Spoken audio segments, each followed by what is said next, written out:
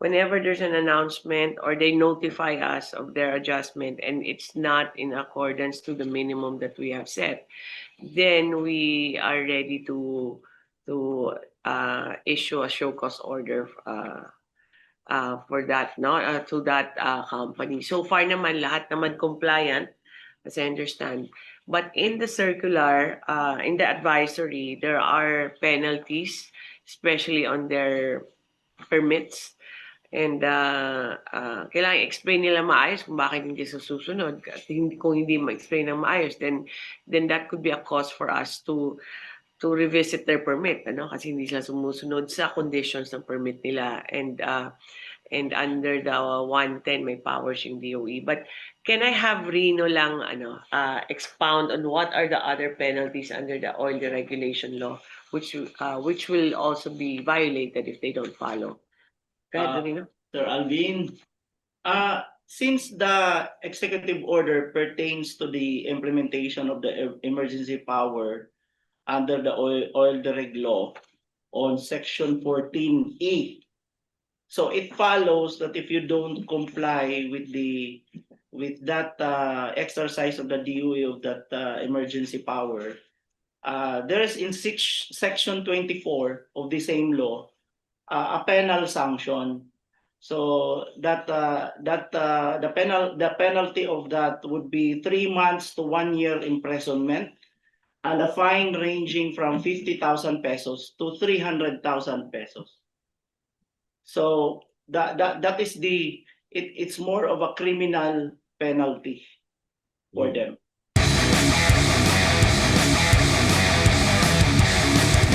136.70 last week, then tomorrow it should be mga 111 na siya. So may 24.95, halos 25 pesos na bawas yung gasoline. Ganon din po sa yung diesel, ganon po sa gasoline tsaka sa kerosene. May bawas din sila. Yun yung rollback natin. The rollback is now mandated by government. It is prescribed by government as announced by the president. This is in line with the announcement of the president about when he announced or issued the EO 110, which is the declaration of the energy emergency. Because of that declaration, it triggered additional powers for government to prescribe the price. Hindi po tayo nagkakap sa presyo mismo, pero kinakap natin yung adjustments. So under that issuance, dito ba ito? Sa issuance kanina. Under the issuance kasi, DOE is now subscribing the price increase limitation. May limit na tayo, may minimum na tayo sa rollback, tapos may maximum din tayo sa price increase. So both ways. Pag rollback siya, dapat kung 24.95 yan, dapat yung rollback could be equal or more than the 24.94. So pwede siyang maging 25, pwede siyang maging 26, pero hindi siya pwedeng 20 lang. So kailangan sundan ng oil companies. Yun po na-announce din ng presidente nung Friday yan. So, pero pag increase siya, pag sinabi ng DOE na 10 piso lang halimbawa yung increase, hindi siya pwedeng sumobra. So that's our new rules now. That's because of the issuance of the EO 110, which triggered the additional powers of government to prescribe the price during these times of emergency. Ang second na issuance ng DOE is concerning the storage.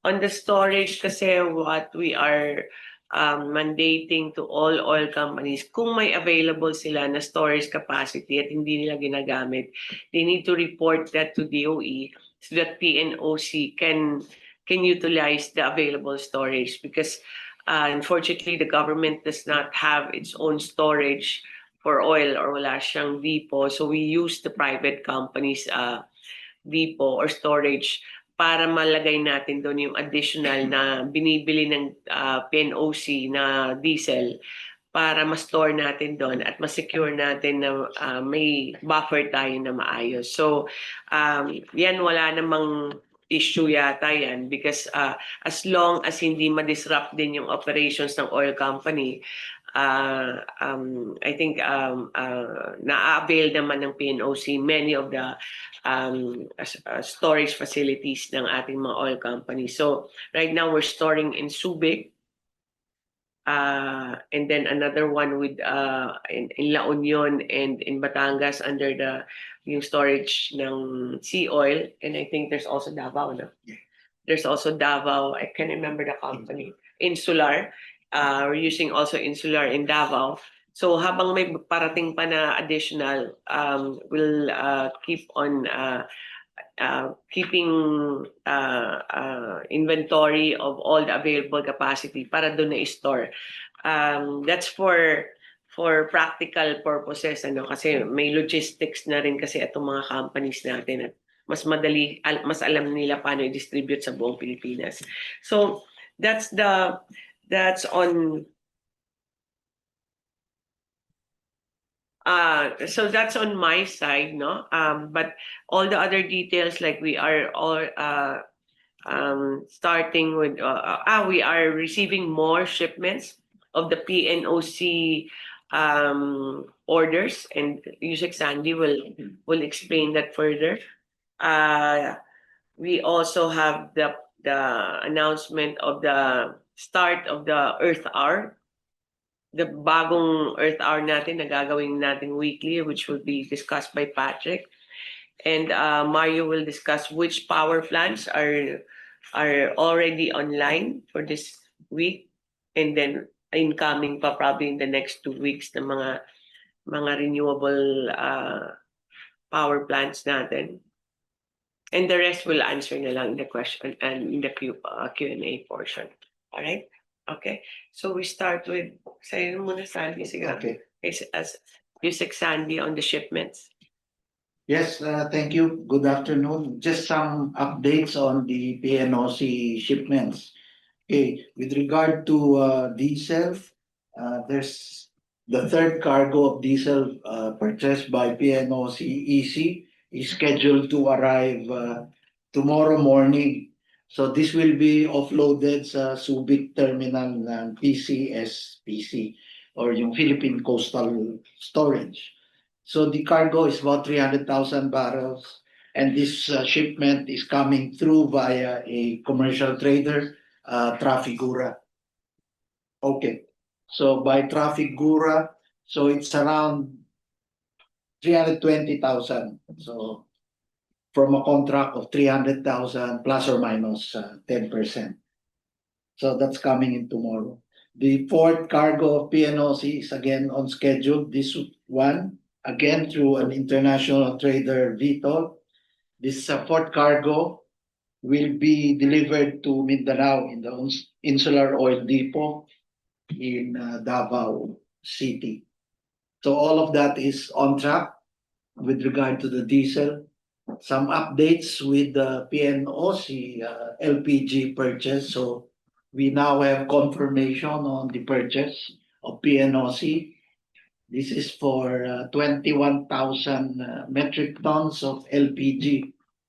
The volume is being sourced from the USA and passing through Singapore. This LPG will arrive, the delivery window is somewhere from the third week of May to the last week of May. So that's all for the updates with the PNOC purchases. Thank you. Next, Patrick. Yeah, go ahead. Yeah, thank you, Secretary. So, at kagaya po nung binanggit natin, we're launching this week ang tinatawag po nating ONE. Oras natin sa efficiency. 1R, 1 energy, 1 nation. So we're calling on the public to join us for ONE. which serves as our coordinated energy efficiency and conservation initiative that encourages responsible energy use. So ang araw po nito is regular activity natin siya tuwing Sabado 8 to 9 p.m. Napatunayan na po natin na kapag tayo po ay sama-samang nagsiswitch off ng non-essential items or electricity, nakaka-generate po talaga tayo ng savings. So we'll be partnering with our business sector, our schools, as well as yung households and NGOs to promote this hourly activity again, one hour every Saturday, 8 to 9 p.m. All right. So, hopefully everybody joins us na Opo. na sama-sama sana. So we can save, we can have this as a practice or an activity every Saturday, every week, no? Instead of once a year lang siya. Now, next will be kay, on the RE projects that we are advancing with Yusek Mario. Yeah, thank you very much, Secretary.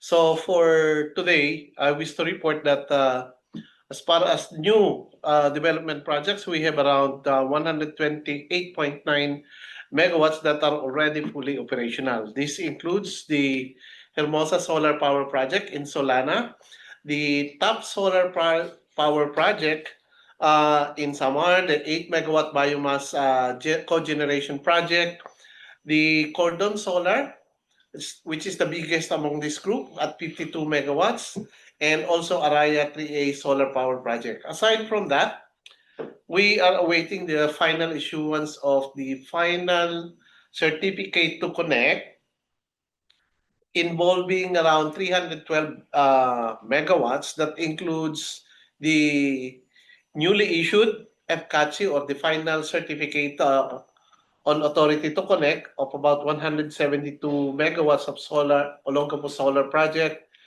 Also, we have 112 megawatt project of San Isidro solar power. The Pulanay, Nabas, and Dipalo Hydro are also issued with FCATSI. Dipalo have already completed the testing and commissioning, and we're just awaiting. The latest update for this morning, I got information that Bugalyon Solar, which is supposed to await first yung provisional certificate on authority to connect, they were granted already, and as far as this morning, they have already injected the energy to the grid for their testing and commissioning.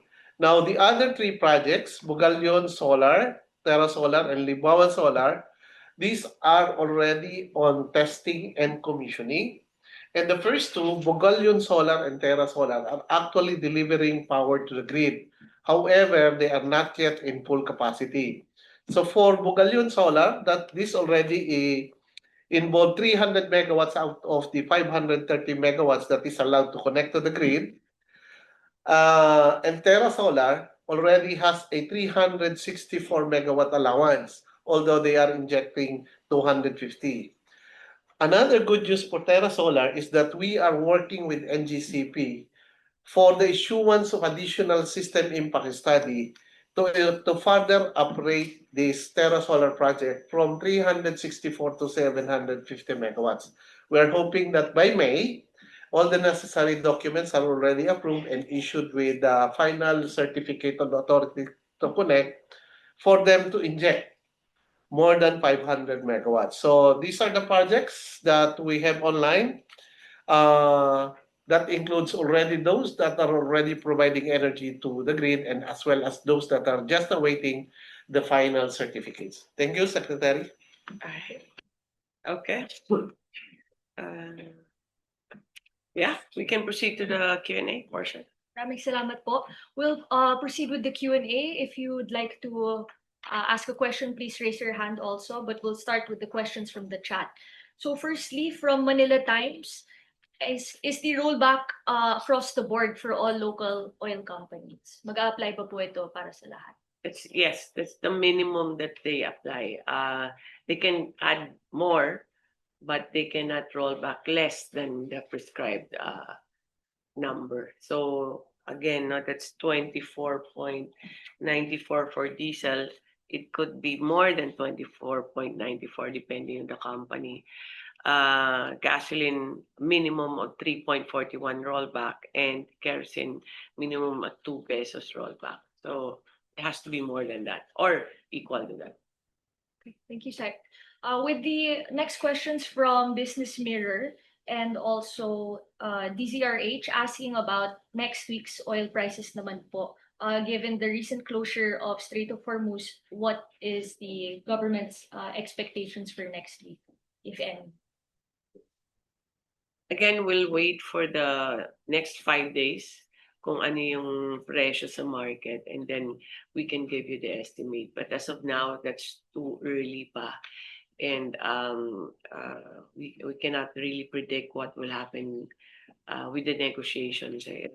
As far as I understand, meron negotiations today, and let's see how that what's the result of that, and hopefully they come to an agreement, no, so that mag-stabilize the presyo. But we'll have to wait until Friday.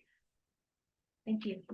We also have several questions from PNA and also DZRH on the, also from Business Mirror on the additional orders of government procured diesel and LPG. Could we do a breakdown again?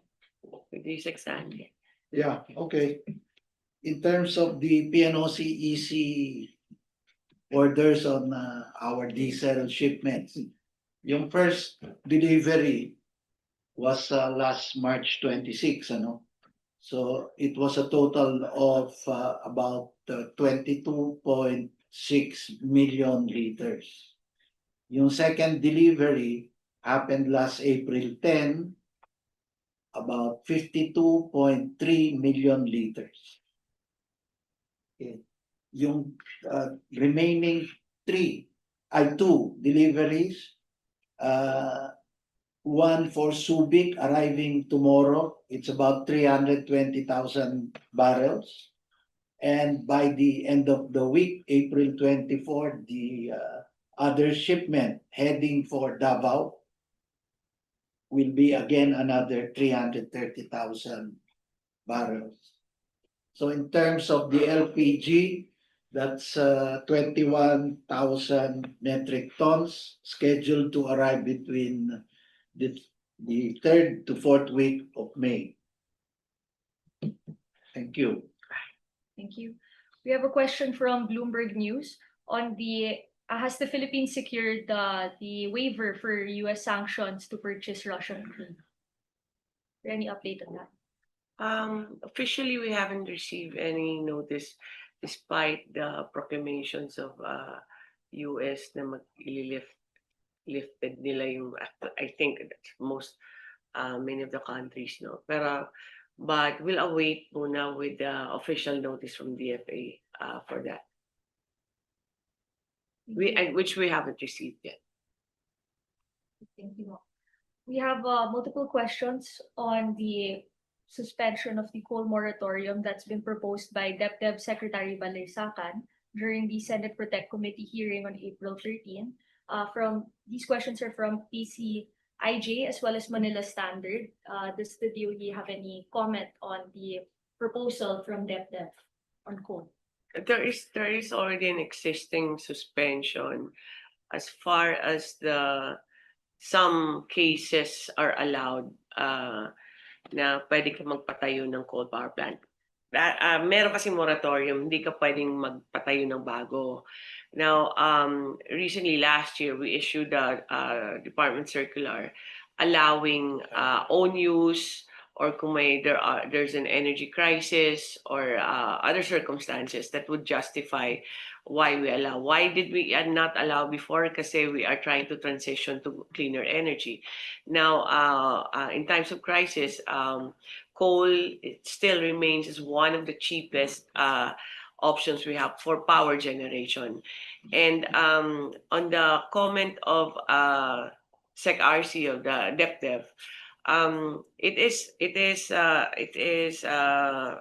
we are studying the expansion of that exception. But we need to study it properly because the problem is diesel, and diesel is not really a major factor in terms of power generation in the Philippines. It's more on the transportation side. So, pwede naman siyang ma-expand. For example, if we want less of diesel and have more of coal, that's also a possibility. But there are also other options like having gas or renewable or even nuclear. So marami pa namang options. So our teams are already studying this, and we are open naman as far as coal is concerned. Basta cleaner technology lang siya, and there will be a transition plan for that coal power plant to eventually transition to cleaner energy. But yes, we're considering it. Okay. Thank you, Secretary. We have a question from Business Mirror. Has the DOE or PNOC been in talks with Maharlika for Maharlika's plans to invest in oil storage facilities? They've had a meeting already, PNOC and Maharlika, and they're exploring options on how to do the study as well as how to fund and what kind of project will they undertake. No? So the talks are started, but it's still preliminary, and we'll update once we have a more concrete report. No? Pero pinag-uusapan pa lang at pinaplano pa lang yan. Thank you, Secretary. We have a question from PNA. Has the government made additional orders for diesel for a batch 2 ng diesel orders po? Wala pa naman. Not yet. We still have our 1 million barrels or 156 million 58 million liters. It's still there and we haven't used it yet. So we'll keep it at that muna kasi sufficient pa naman at we have 52-day supply. One thing is once we notice that there is a decrease in the average number of days, then we will order when needed. But also more than an additional batch of 5 days, baka wala na kaming paglalagyan na storage. So ready naman yung PNOC to order more, but we need to balance it properly lang na may paglalagyan at kailangan pa. Thank you. Thank you. Do we have any questions from the journalists who'd like to May ask question ako dyan sa chat, pakibasa please. You can unmute po, Sir Alvin. Okay lang ho. Ako na lang. Sure, go ahead. You may. Sec, ano yung sanction sa mga oil? By the way, dun muna kay Yusek Sales pala kasi iba-iba yung unit. Paano yun? 22.6 million liters, 53.3 million liters, tapos yung third and fourth naging barrels. Pwede bang isang unit na lang para mas madaling intindihin? Lahat-lahat? Okay. So, gawin nating barrels kasi ito nasa akin.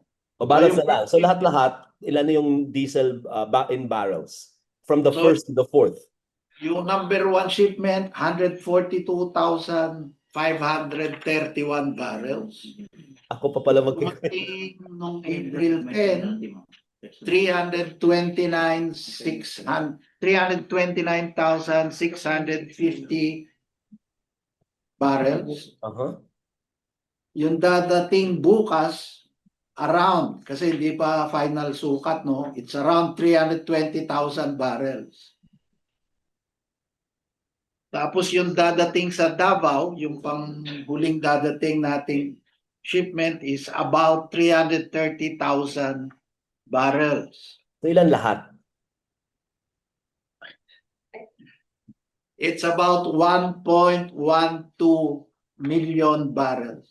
Ayan. Ilang liters yun, sir? Times Times 159 liters per barrel. Times 159 para makuha ko yung liters. Yes, that is correct. Sige. Ako na lang maabala mamaya at sana kayanin ng calculator ko. For Secretary Garin, please. Sec, ano ang Wait lang ha. Ay, yan, focus mo, Secretary. Ano po yung sanction pag hindi sumunod dun sa sinabi mong minimum at maximum na presyo ang mga oil companies?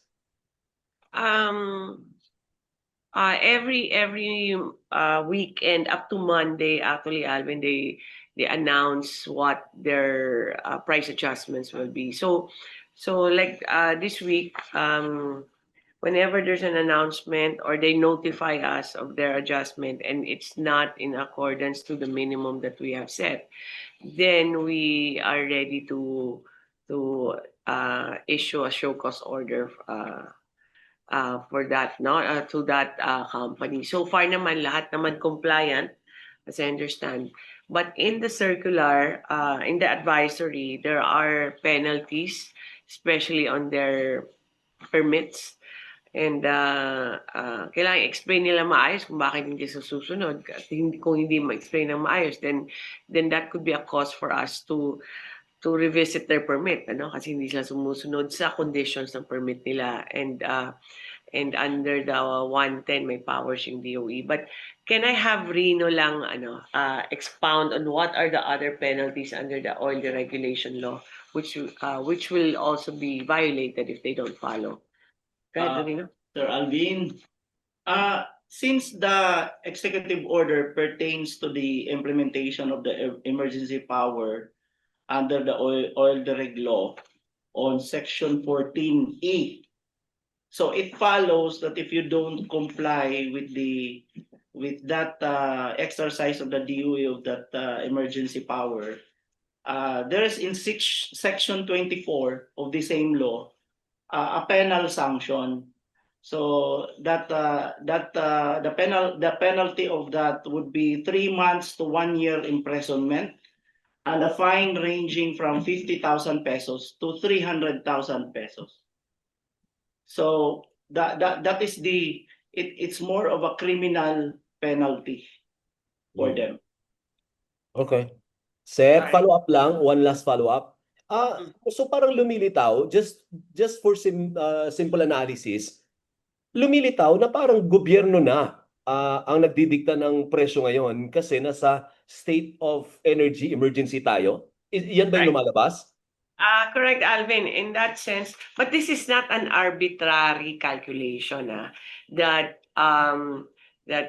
unreasonable yung pag-determine, because we still follow the calculations that we have been using for regular increases. We consider the 5 days. We consider the exchange rate of the peso to the dollar. We consider the premium that is paid, the insurance, kung magkano yung insurance, magkano yung transportation. All those are factored in. Hindi naman siya na hahanap lang kami ng isang numero na without any mathematical or accounting applied, no? So Kasali po kita, Sec, kasali kita. Kasi syempre negosyo pa rin naman sila eh. I mean, yeah, actually yung kita naman, it's already there in the price. Adjustments is hindi ka dapat kumikita eh. Okay. Alright. Thank you. Salamat po. Thank you, Secretary. For our next question, from DZMM, DFA Secretary Lazaro said that the US is assisting the Philippines with its fuel supply problem. With the DOE in charge, can we get more details about DFA Lazaro's statement, Secretary Lazaro? They're assisting the Philippines. The US. I think the assistance of the US in terms, there are diplomatic talks I think that are being arranged also. For example, like I have met also the representative from the US Embassy here in Manila, and that there are also talks in terms of the Russian embargo, and that's being handled by our ambassador in the US. So there are a few avenues that they are exploring ang DFA, and active naman sila to pursue. Possible also if there are suppliers that we can find from the US. So it's it's progressing naman yung tulong. I'm not sure yet kung ano yung other activities that have been offered by the US government. Thank you, Secretary. We have a question from Manila Standard. If the government pursues strategic petroleum reserve, would this require an amendment to oil deregulation, or is this applicable under the state of energy emergency? I think the amendment to the oil deregulation would reinforce this decision, and it cannot be only done with an energy emergency issuance because that's temporary. And what we want, if we want a strategic petroleum reserve, it has to exist beyond the period of the emergency. So kailangan talaga na may mga legislative or legal backing tong decision na to.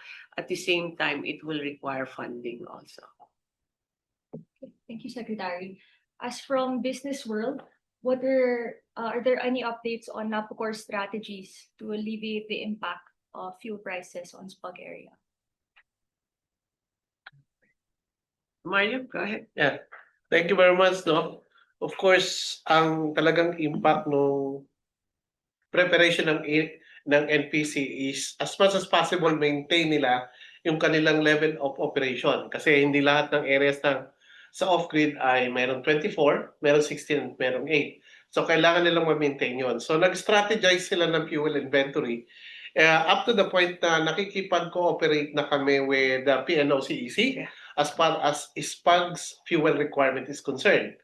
We are also looking at how this could be funded, no? Kung pwedeng in tranches to spread yung pagbabayad natin para mapahaba pa natin yung sistema. And NPC SPUG is also taking care of other new power producers and as well as our microgrid system providers. Isinasama ng NPC doon sa pag-identify ng mga fuel sources para hindi lang yung UCME ang naiibigay natin on time but also saan pwedeng kumuha ng fuel. So stable tayo sa mga off-grid areas. Thank you. Thank you, Sec Mario. We have a question from Maki Pulido about the protective measures that the government has put in place. Actually, you can unmute po. Sec, this is Maki Pulido. Sec, why did the energy start doing this, yung mag-cap ng rollback and price increase? Because di ba dati iba-iba siya. And the people's clamor was like, why are the increases faster than the rollback, no? So we have decided to put close monitoring talaga ng adjustments, and it varies kasi in a sense that there are other costs that na-entail yung mga halimbawa sa probinsya kumpara mo sa NCR, those that are closer to the depot have cheaper cost also. So sometimes kasi hindi ang rollback or yung increase iba-iba. So we have decided to put a minimum or a maximum to make sure that what is being charged is what should be charged also. Kaya ano na rin to, this is a police power in a sense of the government and as far as price is concerned, para wala pong any attempts on profiteering on the current crisis. Sec, follow-up, sorry. Go ahead. So, before you did this, you think may ganon na profiteering? There could be, no? There could be, but that's under the assessment ng PCC ngayon kung ano yung mga possible na discrepancy. But what we are doing now is making sure na it doesn't happen. So, sinep na lang ng gobyerno. And in that sense also, we can closely monitor the behavior of the gas stations and the oil companies. Because if you remember nung umpisa, di ba, iba-iba yung presyo, nakakalito sa mga tao. So now, at least if we put a uniform or a minimum, mas madali yung enforcement din on the part of the PNP, LGUs, and DOE. Thank you, Sec. Sec, i-clarify ko lang. So pagka-rollback, hindi ka pwedeng mas mababa dun sa itinakda nating rollback. Pero pagka may increase, pwedeng hindi mo abutin yung increase, pwedeng mas mababa ka sa increase. Parang Correct. ganon. Correct. Alright. Thank you, Sec. Thank you, Secretary. We have a question also from Net25. With the rollbacks expected tomorrow, will this continue for the next few weeks? Do we expect?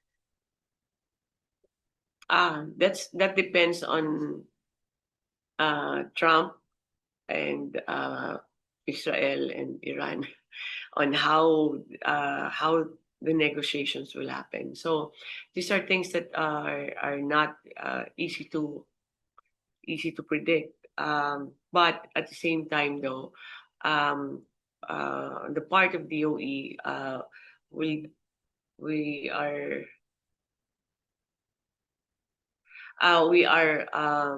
are also trying to soften the impact of the increases. For example, by controlling the increase and setting a minimum and maximum for the rollback and for the possible hike, and then at the same time we're collaborating with the OTR and Land Bank for the 10 peso discount for PUJ. So yun lang makokontrol ng DOE, but how the reaction of the international market, it's not something that's easy to predict. Thank you, Secretary. Last few questions po. We have from Manila Standard, following up on the PCC. Is there any updates or from the coordination between DOE and PCC on the fuel price? We have provided them the documents that they have requested, and so far I think it's still under evaluation by PCC. So in due time, I think they will announce them. Okay, thank you, Secretary. We have a question naman po about electricity from Business World. Does the DOE expect any red or yellow alerts na yung summer months po? If I may, Go ahead, Mario. So in preparation na rin sa summer period natin, no, ang ginagamit natin dyan yung mga projections natin. And so far, dun sa ating projected peak demand para sa Luzon, it is around 15,683 megawatts. And so far, ang pinakamataas pa lang natin is 12,695 megawatts. So it's more than 2,700 megawatts na allowance pa doon sa projected nating highest peak, no? So, I would say na ina-expect natin yon by the third week of May, yung highest peak. But so far, we have ample supply. So, ano yung ina-strengthen natin? Yung ating grid operating and maintenance program, kung saan naka-schedule kailan ang maintenance program ng ating mga planta. In fact, dahil meron na tayong ganitong crisis to, yung Middle East crisis natin, ang ginawa natin, nagpa-advance pa tayo ng maintenance program. So that means, mas maagang nakapag-prepare yung system natin. Now, Visayas, yun yung medyo binabantayan natin maigi kasi Visayas is relying from imports coming from Luzon and Mindanao. So, kailangan nating protektahan na sa Luzon mismo yung kasobrahan niya para sa reserves, dapat meron tayong inaalat sa Visayas. Sa Mindanao naman, nakakapag-donate pa sila o nakakapag-export pa sila sa Visayas, kaya safe pa rin na Mindanao.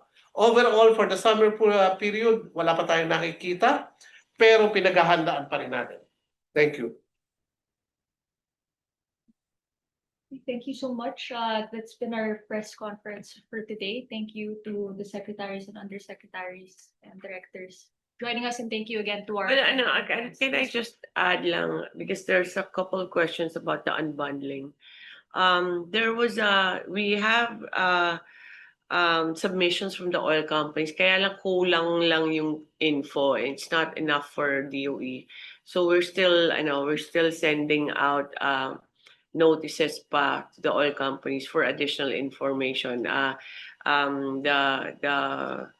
The information we requested is not enough. So we're getting more pa. So hindi pa ready yung report on unbundling. So hintayin na lang siguro until we gather everything, no. So ano na lang, lastly, ito yung are we doing price control? We are, the DOE with the issuance of the EO 110 by the president has more control over the industry, but we are not taking over any industry, any business, or taking over any operations. What we are more focused on is on the price, that it has to be a just price na in a sense na ito lang yung dapat i-charge. Is it a form of price control in some sense, but it's not an arbitrary price control, kasi what we don't want is all our oil companies to close down because we're controlling the price. These are prices that hindi naman malulugi yung mga companies natin, or hindi so it's a price on it's a control on the adjustments more than the price itself, no. For that, no, thank you everyone for being here. I hope that we remember that every Saturday we have, if everybody can participate and turn off their lights, aircon, and all those electricity consumption na hindi naman talagang essential, 8 to 9 o'clock for 1 hour every week. Laking tulong po yan sa bansa natin, not only to our country but also to each and every household, no? Sa bahay natin, makakasave po tayo ng electricity bill expense natin. So maraming salamat po sa inyong lahat and good afternoon. Thank you. Sec, bukas date natin. Bye-bye. Thank Thank you very much. Bye-bye. All right, thank you. Thank you po.